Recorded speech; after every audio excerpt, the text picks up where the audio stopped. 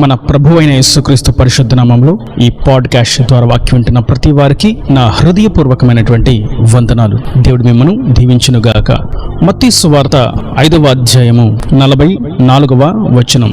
నేను మీతో చెప్పునదేమనగా, మీరు పరలోకమందున్న మీ తండ్రికి కుమారులై ఉండినట్లు మీ శత్రులను ప్రేమించుడి, మిమ్మును హింసించు వారి కొరకు ప్రార్థన చేయుడి. చదివినటువంటి వాక్య భాగం చాలా సుపరిచితమైనటువంటి లేఖనం. అయితే ఇక్కడ మనం గుర్తించవలసినటువంటి పాఠ్యం ఏదనగా, మీ శత్రులను ప్రేమించుడి అన్న మాట మనం చదివినప్పుడు మనకు కూడా శత్రువులు ఉంటారా?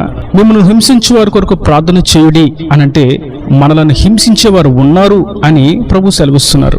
మనకి సైతం శత్రు సంబంధమైనటువంటి క్రియలు ఎదురవుతూ ఉంటాయి. మానవరీత్యా ప్రతి వానికి నచ్చనటువంటి పనులు, వారు మెచ్చనటువంటి మనుషులు అనేకులు తటస్థిస్తూనే ఉంటారు. అయితే అటువంటి సందర్భంలో నీవు ఏమి చేయాలి అని అన్నప్పుడు ప్రభు సెలవిస్తున్నారు, మీరు వారి కొరకు ప్రార్థన చేయండి, మీరు వారిని ప్రేమించండి అని. మనం ఇదే విషయాన్ని పాత నిబంధనలు చూసినట్లయితే దీనికి పూర్తి భిన్నముగా, పూర్తిగా వ్యత్యాసం కలిగే లేఖనాలు మనకు కనబడతాయి. మనకు బాగా తెలిసినటువంటి కీర్తనకారుడు దావీదు తన కీర్తనలలో పలు సందర్భాలలో శత్రులు నశించిపోవాలి, శత్రులు అణగార్చివేయబడాలి, శత్రులు ఓడిపోవాలి, శత్రులు హతమవ్వాలి అని శత్రుల యొక్క పతనమును గూర్చి తన కీర్తనలో పలు సందర్భాలలో రాశాడు. దాని అర్థం దావీదుకి తన శత్రులను ప్రేమించాలి, తన శత్రుల కొరకు ప్రార్థన చేయాలి, హింసించే వారికి మనం తిరిగి హింసించకూడదు అన్నటువంటి మాట లేదు. ఎందుకని మనం ఆలోచించినట్లయితే ధర్మశాస్త్రం దావీదుకి ఏమని బోధించింది అనగా, నీ శత్రులను నీవు తుత్తునీలుగా చేయాలి, నీ శత్రులను నీవు అణిచివేయాలి, నీ శత్రులు నీ ఎదుట ఉండకుండా నేను పారద్రోలుతాను, నీకు అసలు శత్రువులు లేకుండా నేను నీకు సమాధానాన్ని, నెమ్మదిని ఇస్తాను అని ధర్మశాస్త్రాన్ని వారికి బోధించిన విధానంలో దావీదుకు అర్థమైనటువంటి విషయం అది. నిజమే, ధర్మశాస్త్రం కూడా అదే బోధిస్తుంది. మీ ఎదుట, మీ దేశంలో గాని, మీ జాతిలో గాని అన్యులు ఎవరు కూడా మీకు హింస కలిగించేవారు, మీకు బాధ కలిగించేవారు, మిమ్మల్ని ఇబ్బంది కలిగించేవారు, మీ కన్నిటికీ దుఃఖానికి కారణమయ్యే వారిని నేను ఓడిస్తాను, మీ చేతులకు వారిని అప్పగిస్తాను, మీరు వారిని నలిచివేస్తారు, మీరు వారిని ఓడిస్తారు, మీరు వారిని అణిచివేస్తారని ధర్మశాస్త్రానుకూలమైనటువంటి పలు వాగ్దానాలను కూడా మన పితరులకు అనుగ్రహించారు. అయితే పాత నిబంధన ప్రకారం శత్రులను ఓడించాలి అనడంలో తప్పేమీ లేదు. ఎందుకంటే వారు చేసినటువంటి దుర్మార్గమైనటువంటి, దుష్ట సంబంధమైనటువంటి క్రియలను బట్టి వారి మీదకి దేవుని యొక్క తీర్పు రావాలని, ఉగ్రత రావాలని జనులు, మన పితరులు కోరుకోవడము, ఆ ప్రకారం వారు ప్రవర్తించడము సరైన పద్ధతియే. మరియు ఆ శత్రువులు వారు ఏం చేస్తున్నారని చూస్తే, వారు నిజ దేవుని ఆరాధికులను విమర్శిస్తున్నారు, నిజ దేవుని ఆరాధికులను హతము చేస్తున్నారు, నిజ దేవుని ఆరాధికులకు నష్టాన్ని కలిగిస్తున్నారు, నిజ దేవుని ఆరాధికుల మీద మూర్ఖమైనటువంటి, వ్యర్థమైనటువంటి పలుకులు పలుకుతూ ఉన్నారు.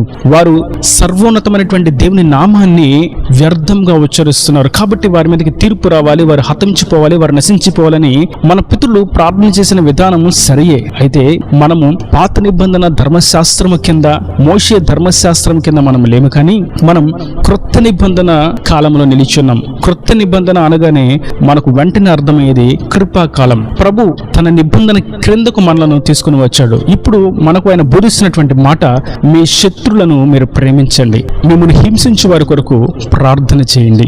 మనం ఒకవేళ ధర్మశాస్త్రాన్ని పట్టుకున్నట్లయితే ఈ మాట అసలు మనం వినడానికి కూడా ఇష్టపడం.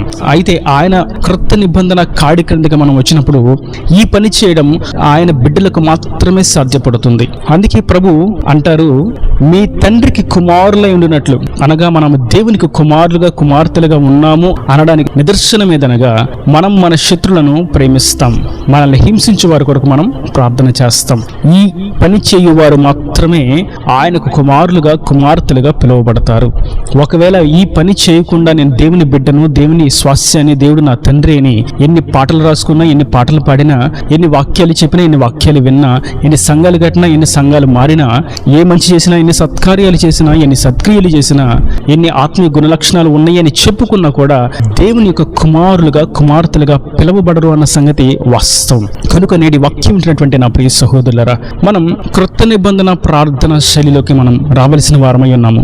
మనల్ని బాధ పెట్టేటువంటి, దుఃఖానికి గురి చేసేటువంటి శత్రులు మనకు ఉంటారు. అయితే వారు చేస్తున్నటువంటి ఆ దుర్మార్గమైనటువంటి దుష్ట సంబంధమైనటువంటి అపవారి తంత్రాలను బట్టి వారు నశించిపోవాలని మనం ప్రార్థన చేయక, వారి పతనాన్ని మనం కోరుకొనక, వారు కూడా ఇటువంటి దుస్థితిని అనుభవించాలని వారి మీదకి మనం శాపవచనాలు పలుకక, మనం వారిని దీవించాలి, మనం వారి కొరకు ప్రార్థన చేయాలి, మనం వారిని ప్రేమించాలి.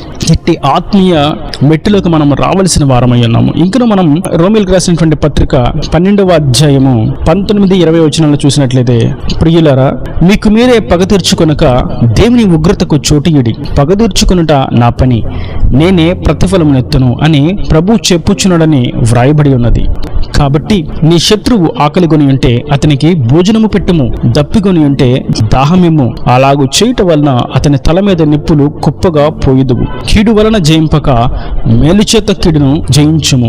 ఇక్కడ మనం చూస్తాం, ప్రభువు నేర్పించేటువంటి మాదిరి క్రైస్తవ జీవితం. ఆయన తన శత్రులను ప్రేమించి చూపించి అదే మాదిరిని, అదే పాఠాన్ని మనకు నేర్పించాడు. సిలువ మీదకి ఆయన ఎక్కించినప్పుడు ఆయన చేసినటువంటి మొట్టమొదటి ప్రార్థన, తండ్రి వీరేమి చేస్తున్నారు వీరు ఎరుగరు కనుక వీరిని క్షమించండి అని శత్రుల యొక్క క్షమాపణ కొరకు, వారి మీదకి శాపం రాకుండా నిమిత్తం, వారు కూడా దీవెనకరంగా ఉండే నిమిత్తం వారి కొరకు ఆయన ప్రార్థన చేశాడు. వారి కొరకు ప్రార్థన చేశాడు అని చెప్పడంలో వారిని ఆయన ప్రేమించాడని మరొక కోణంలో మనకు అర్థమవుతుంది. కాబట్టి మనం ప్రేమిస్తే మన శత్రుల కొరకు మనం ప్రార్థన చేస్తాం, మనం ప్రేమిస్తే మనల్ని హింసించే వారిని దీవిస్తాం, మనం ప్రేమిస్తే మనకు నష్టం కలుగు చేస్తున్న వారికి మనం సహాయం చేస్తాం. ప్రభు అదే మనకు బోధిస్తున్నారు, మనం ఆ విధంగా ఉండాలి అని. శత్రులు ఆకలిగొని ఉంటే వారికి ఆహారం పెట్టండి, దాహం కలిగి ఉంటే వారికి దాహానికి నీరు ఇవ్వండి, వారికి ఏదైనా కొదువు ఉంటే మీరు వెళ్ళి సహాయం చేయండి. అప్పుడు మీరు నా కుమారులుగా, మీరు నా కుమార్తెలుగా పిలువబడతారు. మన శత్రువులు, మనల్ని బాధ పెట్టిన వారు, మనల్ని హింసించేవారు కష్టాల పాలే, నష్టాల పాలే, దుఃఖ సముద్రంలో, బాధల వలయంలో చిక్కుకొని ఉంటే వారిని చూసి మనం సంతోషించకూడదు, వారిని బట్టి మనం ఆనందించకూడదు, లోపల ఉప్పొంగిపోకూడదు. వారిని బట్టి మనం ప్రార్థన చేయాలి, వారికి మనం సహాయం చేయాలని పరిశుద్ధాత్ముడు నేడు మనకు సెలవిస్తున్నారు. ఇంకా మనం తిమోతికి రాసినటువంటి మొదటి పత్రిక 2వ అధ్యాయము 1 నుండి చూసినట్లయితే, మనం అందరి నిమిత్తం ప్రార్థన చేయాలి. ఎటువంటి వ్యతిరేక సంబంధమైనటువంటి రాజ్యాంగాలైనా, ఎంత కఠినంగా ఉన్నటువంటి రాజులైనా, ఎంత నష్టాన్ని కలుగు చేసినటువంటి శత్రువులైనా, వారందరి కొరకు మనం విజ్ఞాపన చేయాలి, ప్రార్థన చేయాలి, యాచించాలి, మొర్ర పెట్టాలి, కృతజ్ఞతాస్తుతులు చెల్లించాలని పరిశుద్ధాత్ముడు నేడు సెలవిస్తున్నారు. కనుక మనం మీ శత్రువులను ప్రేమించడి, మిమ్మల్ని హింసించే వారి కొరకు ప్రార్థన చేయడి అనే మాట పలుమార్లు విన్నప్పటికీ, అనేక సందర్భాల్లో మనం చదివినప్పటికీ, నేడు మనం గుర్తించవలసినటువంటి పాఠ్యం, మనకు కూడా శత్రు సంబంధమైనటువంటి అనుభవాలు ఉన్నాయి. మనలను సైతం హింసించే పనులు జరుగుతూ ఉంటాయి. అయితే ఈ సందర్భంలో మనం క్రొత్త నిబంధనలో ఉన్నాము, కృపాకాలంలో ఉన్నాము, క్రీస్తు కాడి క్రింద ఉన్నాము అన్న సంగతిని గుర్తించి, వారిని మన పితరులు ప్రార్థించినట్లుగా వారికి నాశనము కొరకు, వారికి హతము కొరకు, వారికి పతనం కొరకు ప్రార్థించగా, వారిని రక్షణలోకి నడిపించే విధంగా ప్రార్థించాలని మనం నేర్చుకుని ఉన్నాం. మరియు అందుకే ప్రభు అంటారు లూకా సువార్త 19వ అధ్యాయం 10వ వచనంలో, నశించిన దానిని వెతికి రక్షించడానికి నేను ఈ లోకానికి వచ్చి ఉన్నానని. అవును, ఆయన తన ఉన్నతమైనటువంటి సింహాసనమును, మహిమను విడిచి ఈ దానికి శరీరధారిగా దిగి వచ్చాడు. కేవలం నశించిన దానిని వెతికి రక్షించడానికి ఆయన తన మహిమను విడిచి ఈ భూమి మీదకి వచ్చినప్పుడు మనం ఏ పాటి వారం? మన దగ్గర అంత మహిమ ఏమున్నది? అంత శ్రేష్టమైనటువంటి ఈవి, అంత బలము, అంత ఆరోగ్యము, అంత అందము, అంత పరాక్రమము మన దగ్గర లేదే. ఆయనకు అన్ని కలిగి ఉన్నప్పటికీ, ఆయన సర్వోన్నతుడైనప్పటికీ, ఆయన సర్వశక్తిమంతుడు అయినప్పటికీ, ఆయన రెక్తునిగా ఈ భూమి మీదకి దిగి వచ్చాడు. ఆయనను పోలి మనం నడుచుకునవలసిన వారమై ఉన్నాము.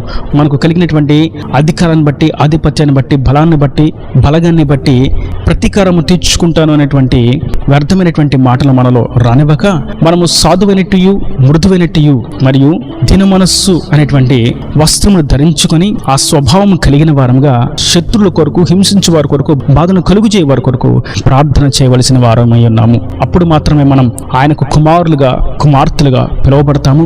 ఆయన నిజమైనటువంటి స్వాస్యముగా, వారసత్వ హక్కును పొందుకుంటాము. మరియు నిజముగా ఆయన సంతతి మాత్రమే ఈ మాటను అనుసరించి ఈ తరంలో జీవించగలుగుతారు. కనుక అట్టి విధంగా మనం ఆయన సంతతిగా మార్పు చెందిన వారంగా, ఆయన ఆజ్ఞలను అనుసరిస్తూ, ఆయన వలె ప్రేమిస్తూ, తగ్గింపుతో ఆయన సత్య మార్గంలో మనం గమ్యానికి సాగిపోదాముగాక, నిత్య రాజ్యానికి వారసులుగా చేర్చబడతాముగాక. ఈయన దేవుని మాటల ప్రతి వాని హృదయంలో నిలకట్టి ఫలింపు చేయను గాక. ఆమెన్. God bless you. తలలో వంచి కన్నులు మూసినట్లయితే మీ కొరకు చిన్న ప్రార్థన. ప్రేమ స్వరూపి కరుణ కటాక్షం గల తండ్రి, నా ప్రభువా, ఈ వాక్యం ఉన్న ప్రతి వారిని మీరు నిండాలుగా దీవించండి, ఆశీర్వదించండి. కృత నిబంధన ప్రార్థన శైలిని మాకు అనుగ్రహించినందుకు నీకు స్తోత్రం. పాత నిబంధనలో మా పితరులు చేసినటువంటి ప్రార్థన మాదిరిగా మేము పెట్టుకొనక, నిన్ను, నీ ప్రార్థనను, నీవు చూపించిన మాదిరిని మా ముందు పెట్టుకొని వాటిని ఆధారంగా తీసుకొని మేము జీవించాలని మీరు సెలవిచ్చిన నీ అమూల్యమైన వాక్కును బట్టి వాక్యాన్ని ప్రతి వారు జీవించుటకు సహాయం అనుగ్రహించండి. ఇంకను ఆత్మీయతలో బలపరచండి. ఇంకను వారి ప్రతి అవసరతను, అక్కర్ను నీ మహిమలో తీర్చి మీరు రాకడ రాజ్యాన్ని సిద్ధపరచమని యేసు పరిశుద్ధ నామమున ప్రార్థించి వేడుకుంటున్నాను తండ్రి. ఆమేన్, ఆమేన్.